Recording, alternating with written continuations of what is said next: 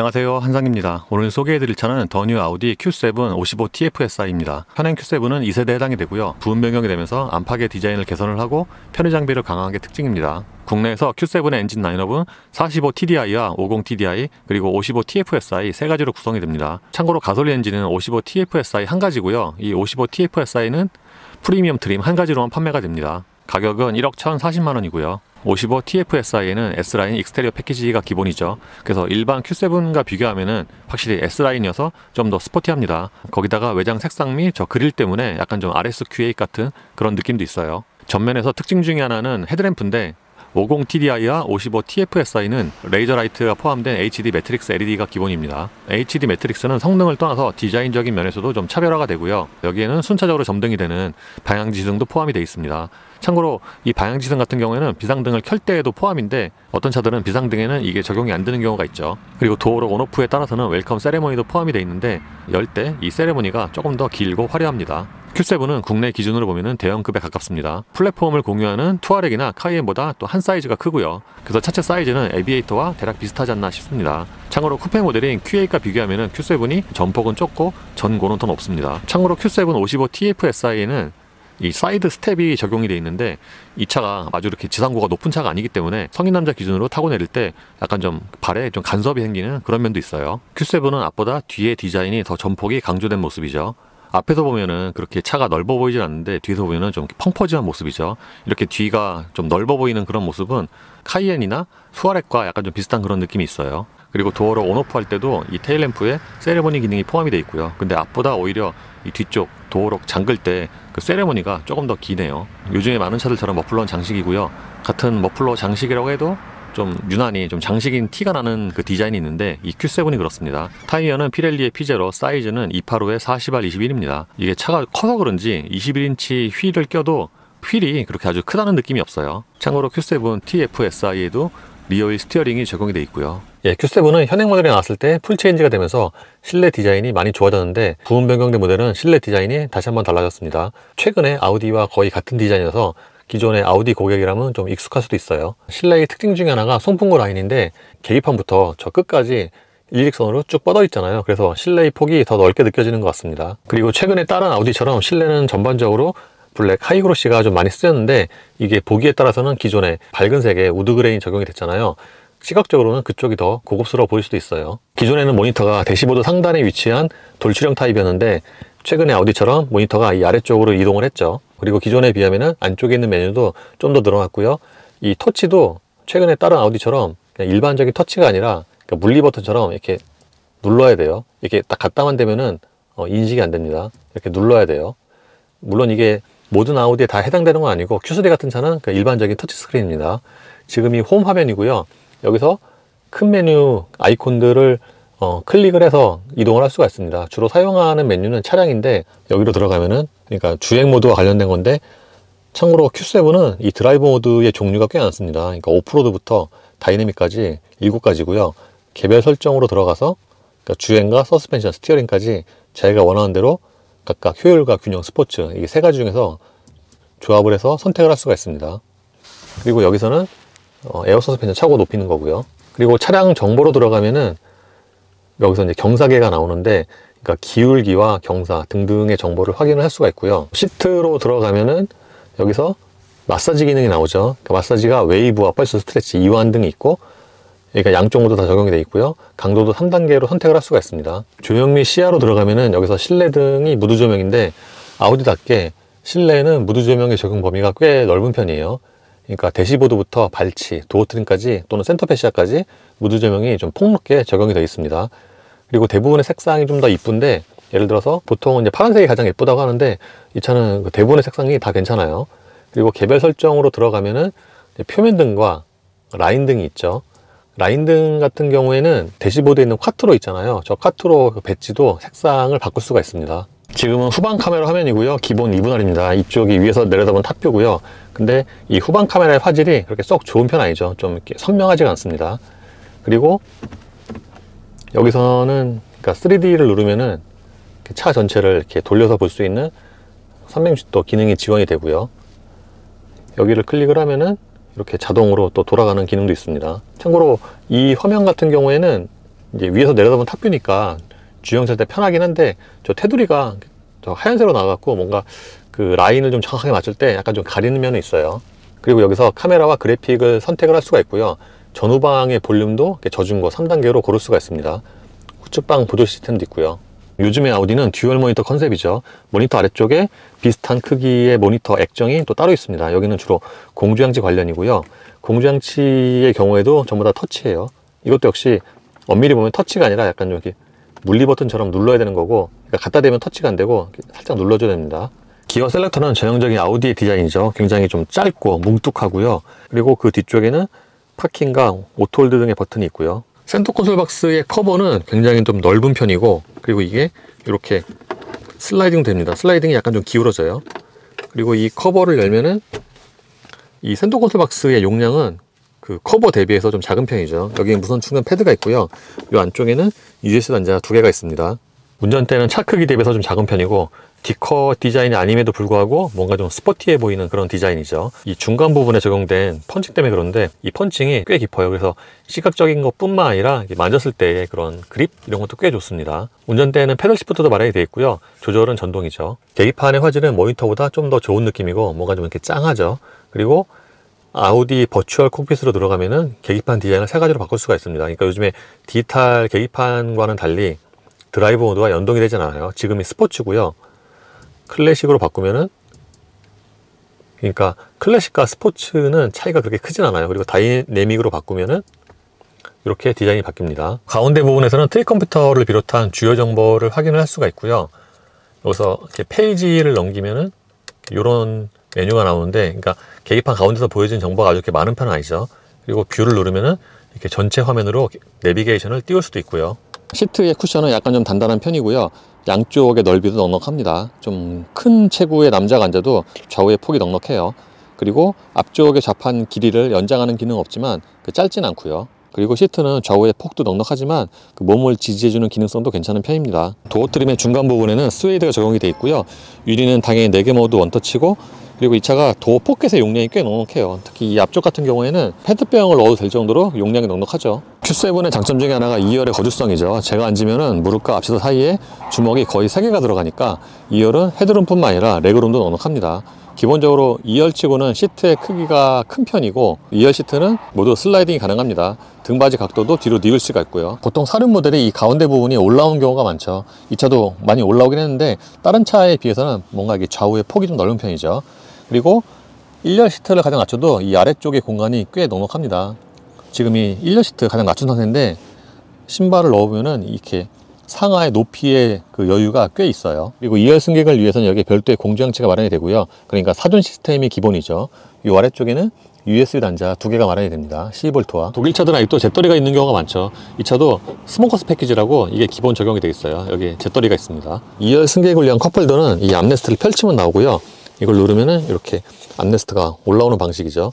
여기에 적용된 플라스틱도 느낌이 괜찮은 편이에요.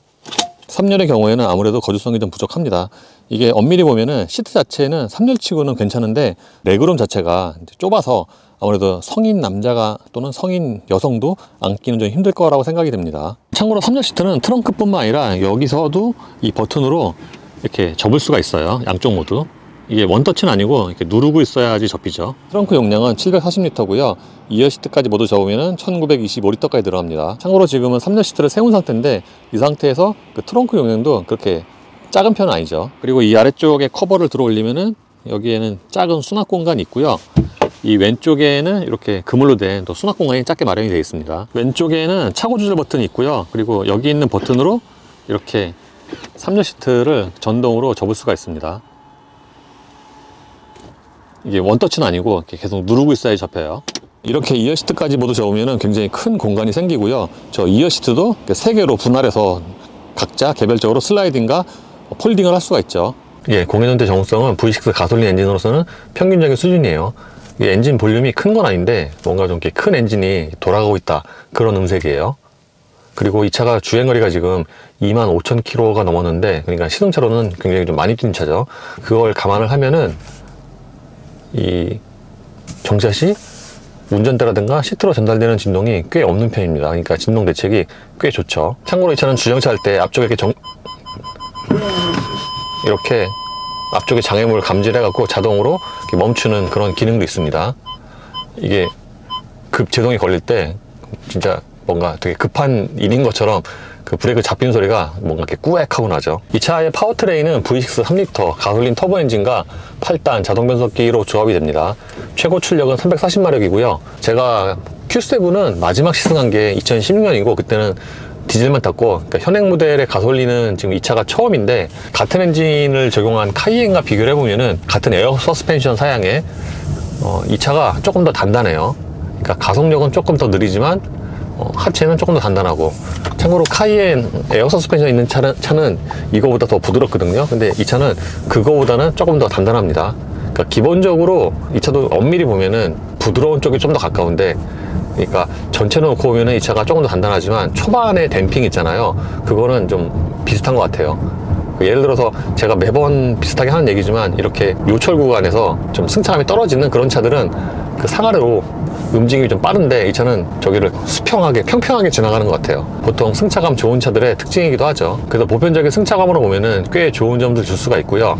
전체 주행 성능에서 저는 승차감이 가장 큰 장점이라고 생각을 합니다. Q7 사이즈 또는 가격의 SUV라면은 승차감 뿐만 아니라 정수성도 좋아야 되는 걸 좀 기대하기 마련인데, 이 차는 딱 그런 기대치에 맞는 그런 승차감과 정수성 같아요. 그러니까 특히 이 차가 타이어가 지금 20인치 피렐리 피제로잖아요. 이 피제로가 트레드웨어가 280밖에 안 돼요. 보통 이 트레드웨어에 따라서 소음과 접지력이 증가를 하는데, 이 차는 피렐리 피제로 타이어 끼고도 실내로 들어오는 이 타이어 소음이 그렇게 크지가 않습니다. 특히 지금 같은 경우에는 이게 콘크리트라서 저 아스팔트보다 타이어 소음이 더 많이 들어오거든요. 근데 콘크리트에서도 소음이 그렇게 크지가 않죠. 그리고 이렇게 아스팔트로 들어서면은 이제 소음이 또 확 줄고요. 그래서 이런 전체적인 방음에는 꽤 좋은 점을 줄 수가 있습니다. 이 유리 같은 경우도 앞뒤 모두 이중 접합이고, 그래서 앞서서 말씀을 드린 것처럼 이 차는 초반에 댐핑이 좀 부드럽고, 그래서 이렇게 90km로 이런 아스팔트 구간을 좋은 노면을 천천히 달리면은 좀 굉장히 좀 몰랑몰랑합니다. 그래서 이런 초반 댐핑 같은 경우에는 투아렉이나 카이엔과 별 차이가 없는데, 부드러운 건 그래도 이 차가 약간 좀 더 단단하고요. 그리고 차체가 기울어지거나 좀 안 좋은 놈에 있잖아요. 그럴 때 이제 일정 부분 댐핑이 이렇게 들어가면은 거기서는 좀 더 단단해집니다. 이 차를 밖에서 보면은 전체적으로 유리의 면적이 넓은데, 그래서 운전할 때도 뭔가 전체적인 시야가 좋아요. 좀 이렇게 개방감이 있다고 해야 되나? 그렇습니다. 그러니까 앞이나 옆은 물론 이 차가 전장이 길잖아요. 5m가 넘는데, 그걸 감안을 하면은 뭔가 뒷유리가 좀 가깝게 보입니다. 이게 아마 저 뒷유리의 면적이 넓어서 그런 것 같아요. 그래서 가운데 헤드레스트 내리면은 뒷유리가 거의 전체가 이 룸미러에 다 보여요. 그리고 요즘에 아우디처럼 이 차도 48V 마일드 하이브리드 시스템이 적용이 되는데, 그래서 이게 디젤 엔진은 그 소리가 잘 안 들리는데, 디젤이 아무래도 소리가 좀 더 크잖아요, 가솔린보다. 근데 가솔린은 이제 소리가 좀 디젤보다 작다 보니까 그 마일드 하이브리드, 그 작은 모터 돌아가는 소리가 이렇게 가속할 때 들립니다. 근데 이게 뭔가 거슬리는 그런 음색은 아니고, 뭔가 그냥 그 가솔린 엔진에 터빈 돌아가는 그거와 약간 좀 비슷한 그런 음색이에요.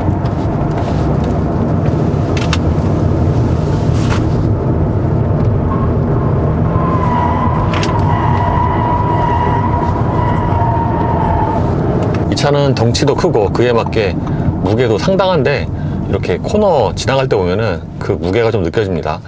그리고 평상시에 그런 부드러움과는 달리 막상 코너에 들어가면은 생각만큼 그렇게 차가 많이 기울어지진 않고요. 그리고 아까 처음에는 진동이 별로 없다고 말씀을 드렸는데, 진동이 공연할 때 없는 건 맞는데, ISG로 재시동 될 때 보통 충격이 있잖아요. 작든 크든. 이 차는 그 첫 충격이 조금 강하게 있어요. 이게 아마 주행거리가 많아서 그런 것 같아요. 보통 유럽차들 마일드 하이브리드 적용이 되면은 ISG로 온오프 될 때 그때 좀 많이 부드러운데, 참 좀 주행거리가 많아서 그런 게 아닌가. 그리고 방금처럼 저 과속방지턱 지나갈 때 보면은 확실히 에어 서스펜션이나 좋구나 라는 생각이 듭니다. 왜냐면 첫 충격도 그렇게 강하지가 않고, 뭐 그 이후의 여진도 뭐 거의 안 남고,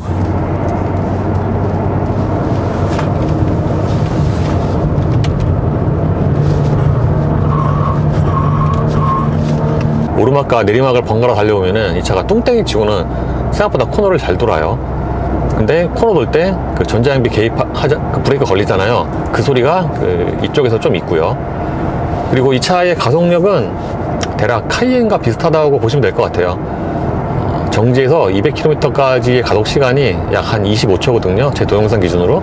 그러니까 카이엔보다 약간 좀 느립니다. 카이엔이 보통 한 23초 정도 되니까 그러니까 또는 GLE 450 그거와도 거의 비슷해요.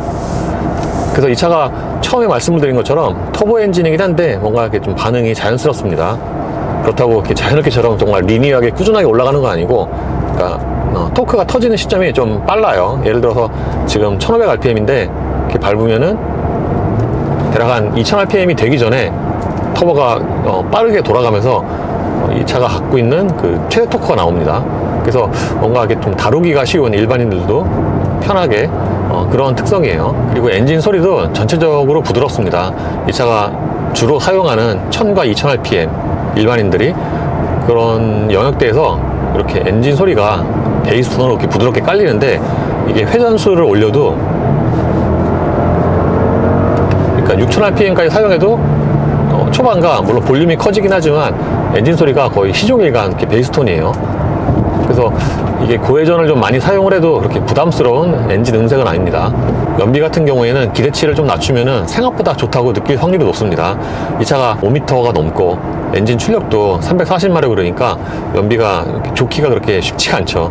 근데 정속 주행할 때 연비를 보면은 그런 그 조건 대비해서는 괜찮은 편이에요. 시속 90으로 정속 주행하면은 순간 연비가 대략 한 리터당 15에서 16 정도가 나오고, 시속 110에서는 대략 한 12, 13 정도가 나오니까 예상치 만큼 나옵니다.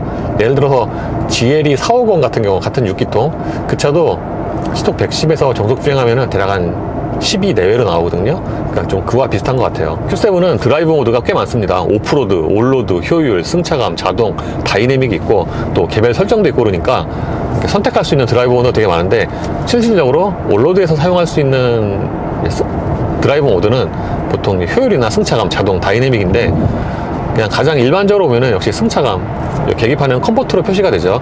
이게 가장 무난하다고 생각이 됩니다. 컴포트는 이게 말 그대로 진짜 딱 컴포트한 그런 세팅이어서 하체도 부드럽고 파워트레인의 세팅도 약간 좀 느긋합니다. 그러니까 밟으면 빠르지만 그런 초기의 반응이나 이런 거는 좀 되게 마일드하다. 또는 ACC 같은 경우도 멈췄다가 재가속할 때도 굉장히 좀 부드럽게 가속이 됩니다. 그래서 이 차를 국내에서 사는 소비자들의 그런 취향 등등을 생각을 해보면은 컴포트가 가장 무난하고요. 드라이브 모드를 다이내믹으로 바꾸면은 방금 말씀드렸던 컴포트보다는 좀 더 스포티해지긴 한데, 그 차이가 아주 그렇게 또 두드러진 편은 아니에요. 이게 스포츠라고 해도 기본적으로는 초반에 댐핑이 좀 부드러운 편이고, 이게 사람에 따라서는 다이내믹의 승차감이 더 좋다라고 느낄 수도 있습니다. 저도 이렇게 천천히 이렇게 달릴 때 오히려 이게 다이내믹의 승차감이 더 좋은 느낌이에요. 이게 좀 덜 출렁거리니까. 예를 들어서 같은 코너를 이렇게 돌아도 차가 좀 덜 기울어지고요. 반면에 가속 페달 초기 반응은 좀 더 빨리 나오고 그렇습니다. 근데 아우디의 드라이브 모드는 이게 거의 대부분의 차도 비슷하게 쓰잖아요. 이게 좀 뭔가 좀 인터페이스가 안 좋은 것 같아요. 이게 눌러서 여기 표시되고 이걸 보고서 한 번 더 누르고 선택하고 그래야 되니까 뭔가 좀 인터페이스가 이렇게 좋은 느낌은 아닙니다. 그리고 이 차에도 리어휠 스티어링이 적용이 되는데 S클래스처럼 그렇게 10도씩 꺾어지는 건 아니에요. 그래서 뭔가 이렇게 드라마틱하게 리어휠이 막 조향되고 그런 거 아닌데, 이게 5m가 넘는 SUV에는 있으면은 꽤 도움이 되죠. 예를 들어서 이렇게 유턴할 때 보면은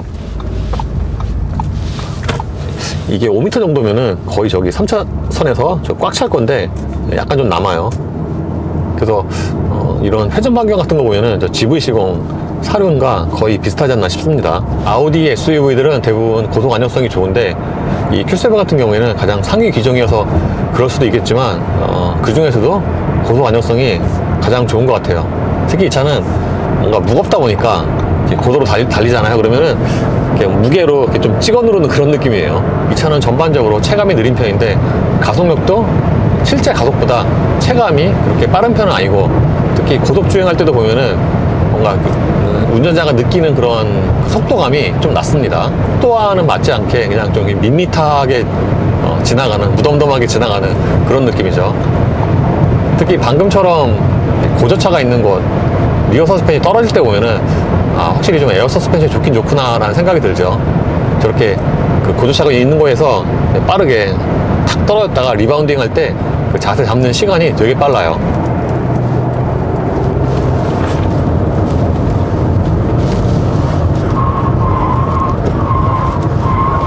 지금은 다이내믹으로 코너를 돌았고요. 다이내믹은 이제 모든 요소가 가장 스포티하게 변하는데, 뭔가 동일한 코너에서 보면은 운전대가 스포티해지는 게 저는 가장 좀 두드러지는 것 같아요. 그 컴포트에 비하면은 그 코너 정점에서 빠져나갈 때 조향을 하잖아요. 그때 좀 더 빠르게 움직입니다. 그리고 다이내믹 모드에서는 이게 댐핑만 단단해지는 게 아니라 이 에어 서스펜션 이것도 한 단계 내려가기 때문에 그거에 따른 안정감도 조금 더 배가가 되는 것 같아요. Q7은 주행에서 승차감이 가장 큰 장점이라고 말씀을 드렸는데, 이 차는 2열의 승차감도 좋아요. 1열과 2열의 승차감의 차이가 거의 없습니다. 2열 역시도 기본적으로 초반에는 조금 부드러운 세팅이고, 좀 들어가면은 약간 좀 단단하게 지지해주는, 그리고 보통 대부분의 차들은 1열보다 2열의 흔들림이 더 많잖아요.